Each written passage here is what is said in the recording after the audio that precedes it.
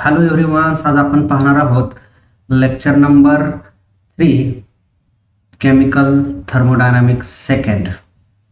तर यामध्ये आजचा आपला पॉइंट आहे Gibbs Helmholtz equations. According to Gibbs free energy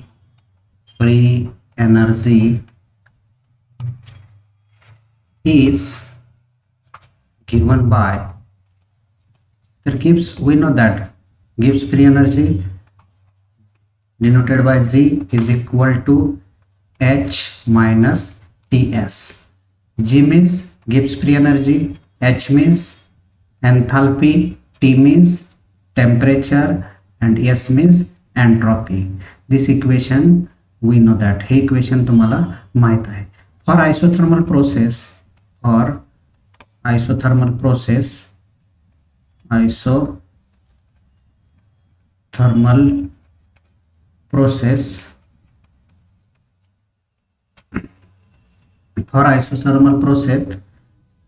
at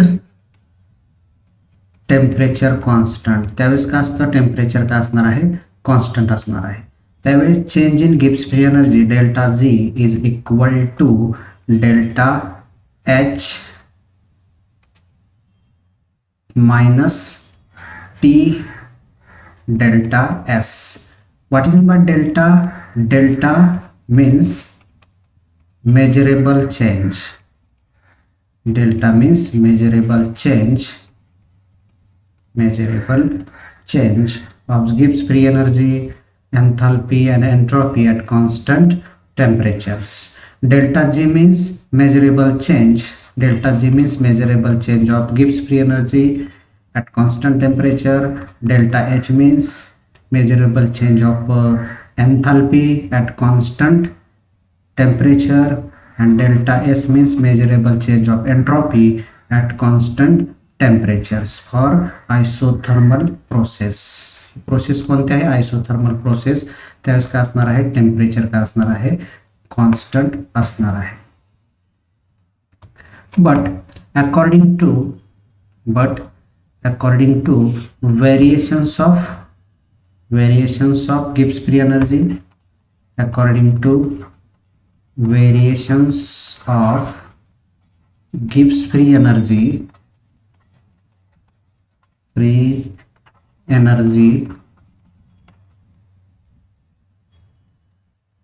with temperature at constant pressure. त्यावेळेस इक्वेशन काय आलेलं आहे आपलं, आपण हे डिराइव्ह केलेलं आहे equation. According to variations of Gibbs free energy with the temperature at constant pressure, dou G, dou means small change in Gibbs free energy at constant temperature, dou T at constant pressure. Pressure काय याच्यामध्ये, हा constant आहे, is equal to minus S. Equation number याला काय म्हणूया, 3 म्हणूया. या ठिकाणी इक्वेशन नंबर 1 आहे, या ठिकाणी इक्वेशन नंबर 2 आहे.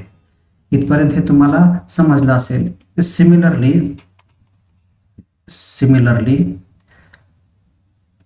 Change in Gibbs free energy initial असेल at constant temperature, change in at temperature at constant pressure is equal to काय असेल, मायनस S1 असणार आहे. इक्वेशन नंबर 4 म्हणूया. किंवा change in Gibbs free energy, final Gibbs free energy with change in temperature at constant pressure is equal to minus S2, means final entropy. Equation number 5. तर आपल्याला या equation मध्ये काय करायचं आहे, डेल्टा एस आहे, डेल्टा एच ची value derive करायची आहे. तर कशा प्रकारे आपण डेल्टा एच ची व्हॅल्यू डिराइव्ह करतो बघा. समजा आपण या ठिकाणी delta S change in entropy is equal to, आता ही चेंज इन एंट्रॉपी जी आपण घेतलेली आहे, चेंज इन एंट्रॉपी जी आहे ती काय आहे, change in entropy final entropy minus initial entropy. बरोबर, याला निगेटिव्ह साईन देऊया, याला पण निगेटिव्ह साईन देऊया, हे ब्रॅकेटमध्ये घेतले आपण, इज इक्वल टू. आता फायनल एंट्रॉपीची व्हॅल्यू काय या ठिकाणी आहे, म्हणजेच काय येणार या ठिकाणी डो G2 अपॉन डो T at constant pressure minus डो G1 अपॉन डो टी ॲट कॉन्स्टंट प्रेशर, बरोबर. हे पूर्ण ब्रॅकेटमध्ये, याला काय आहे निगेटिव्ह साईन आहे, या ठिकाणी काय आहे हे आपण इक्वल टू साईन या ठिकाणी लिहू. आता इथपर्यंत इक्वेशन तुम्हाला समजलं असेल. त्यानंतर नेक्स्ट स्टेपमध्ये बघा काय होईल. नेक्स्ट स्टेपमध्ये आपण काय करूया, इज इक्वल टू डो G2 अपॉन डो टी मायनस हे कॉमन घेऊया डो G1 अपॉन डो टी, ह्या दोन्हीला आपण कॉन्स्टंट काय दाखवूया आपण प्रेशर हा या ठिकाणी कॉन्स्टंट दाखवूया. या ठिकाणी काय ब्रॅकेटच्या बाहेर मायनस साईन येईल. मायनस साईन आल्यानंतर आता हे डो टी कसं आहे याच्यामध्ये कॉमन आहे म्हणून मायनस काय कसं लिहू शकतो आपण डो अपॉन डो टी G2 मायनस G1 असंही लिहू शकतो. ॲट कॉन्स्टंट काय असणार आहे प्रेशर असणार आहे, बरोबर. हे आपण सॉल्व करत जात आहोत. तर इज इक्वल टू इक्वेशन काय येईल बघा, डो अपॉन डो T delta G at constant pressures, म्हणजेच काय या ठिकाणी बघा G2 मायनस G1 म्हणजेच final Gibbs free energy minus initial Gibbs free energy is equal to change in Gibbs free energy is equal to change in Gibbs free energy delta G. तर delta G value आपण या ठिकाणी घेतलेली आहे, कशाची याची value आपण या ठिकाणी घेतलेली आहे. तर आपल्याला ही व्हॅल्यू या ठिकाणी मायनस असणार आहे मायनस डेल्टा S, म्हणजे ही आपल्याला व्हॅल्यू मिळालेली आहे. ही व्हॅल्यू काय करायची आता जी डेल्टा S चेंज इन एंट्रॉपीची जी व्हॅल्यू मिळालेली आहे आपल्याला ती व्हॅल्यू कशामध्ये ठेवायची आहे, ती व्हॅल्यू आपण ठेवणार आहे इक्वेशन 2 या ठिकाणी लिहितो मी. Put the value minus delta S in equation 2. Equation 2 कुठं आहे या ठिकाणी इक्वेशन 2 आहे, इक्वेशन नंबर 2 आहे आपलं. इक्वेशन 2 मध्ये डेल्टा H ची व्हॅल्यू आपल्याला ठेवायची आहे. Therefore equation 2 becomes delta G is equal to delta H minus value काय आलेली आहे याची मायनस ब्रॅकेटमध्ये बघा मायनस डो अपॉन डो टी या ठिकाणी टेम्परेचर असणार आहे, बरोबर. टेम्परेचर डो अपॉन डो T delta G at constant pressure. तर या ठिकाणी मायनस मायनस काय होईल plus, therefore delta G is equal to delta H plus T ब्रॅकेटमध्ये डो अपॉन डो T change in Gibbs free energy at constant pressures. Equation number जे equation number आहे इक्वेशनला आपण काय म्हणूया equation number 3. And this equation number 3 is known as equation 3 is known as Gibbs-Helmholtz equation. Gibbs-Helmholtz equation. हे Gibbs-Helmholtz equation तुमच्या लक्षात आलेलं आहे, एकदम इझी आहे गिब्स-हेल्महोल्ट्ज इक्वेशन. त्यानंतर नेक्स्ट आपण पाहूया another forms of Gibbs-Helmholtz equations. Another forms of Gibbs-Helmholtz equations. Another forms of Gibbs-Helmholtz equations. त्याच्यामध्ये आपण सेकंड फॉर्म बघूया. तर इक्वेशन काय आलेलं आहे आपण अगोदर लिहूया delta G is equal to delta H plus T do upon डो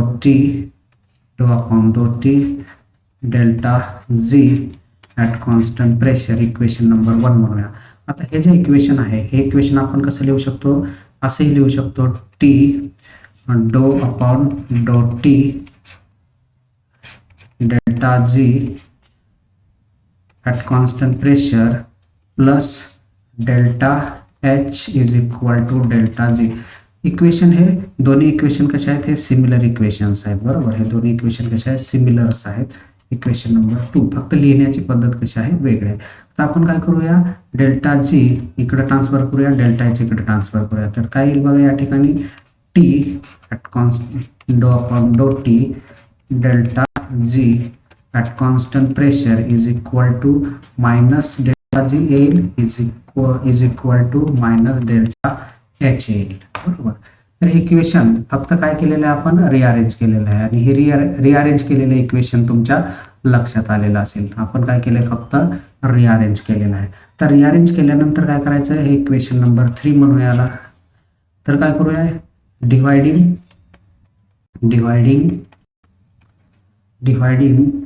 by t square on both side equation 3 आहे त्याला काय करायचं आहे, टी स्क्वेअर ने डिवाइड करायचं. Therefore equation 3 becomes T upon T square do upon डो T delta G at constant pressure is equal to is equal to नाही या ठिकाणी minus delta G is equal upon T square is equal to या ठिकाणी आहे minus delta H upon T square minus. हे तुमच्या लक्षात आलेलं असेल. आता याच्यामध्ये हा एक टी आणि हा एक T get cancel. Therefore 1 upon T do upon डो T delta G at constant pressure minus delta g upon t square is equal to minus delta h upon t square. इथपर्यंत इक्वेशन तुम्हाला समजलं असेल. आता हे जे इक्वेशन आलेलं आहे, हे इक्वेशन्स आपण कसं लिहू शकतो बघा. हे जे इक्वेशन आलेलं आहे, आता याला जर आपण डिफरन्शिएट केलं, हे पूर्ण टर्म्स जर आपण समजा काय केली, हे पूर्ण टर्म्स, ही जी पूर्ण टर्म्स आहेत, या पूर्ण टर्म्सला जर आपण डिफरन्शिएट केलं, डिफरन्शिएट केलं with respect to delta G and temperature तर काय येईल, हे याचं डिफरन्शिएशन काय येईल बघा. याचं डिफरन्शिएशन काय येईल, डो अपॉन डो T delta G upon T at constant pressure. हे याचं काय येईल, डिफरन्शिएशन येईल बरोबर. तर हे याला जर आपण डिफरन्शिएट केलं तर अशा पद्धतीनं हे इक्वेशन येईल, is equal to minus delta H upon T square. म्हणजे हे जे इक्वेशन आलेलं आहे, हे जे इक्वेशन आलेलं आहे, इक्वेशन नंबर याला काय म्हणूया, इक्वेशन नंबर 4. तर इक्वेशन 4 is known as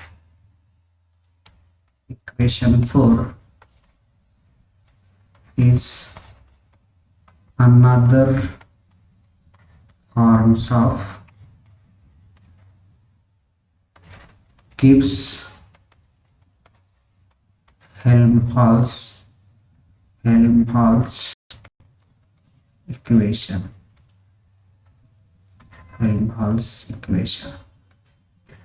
तर गिब्स हेल्महोल्ट्ज इक्वेशन तुमच्या लक्षात आलेलं असेल.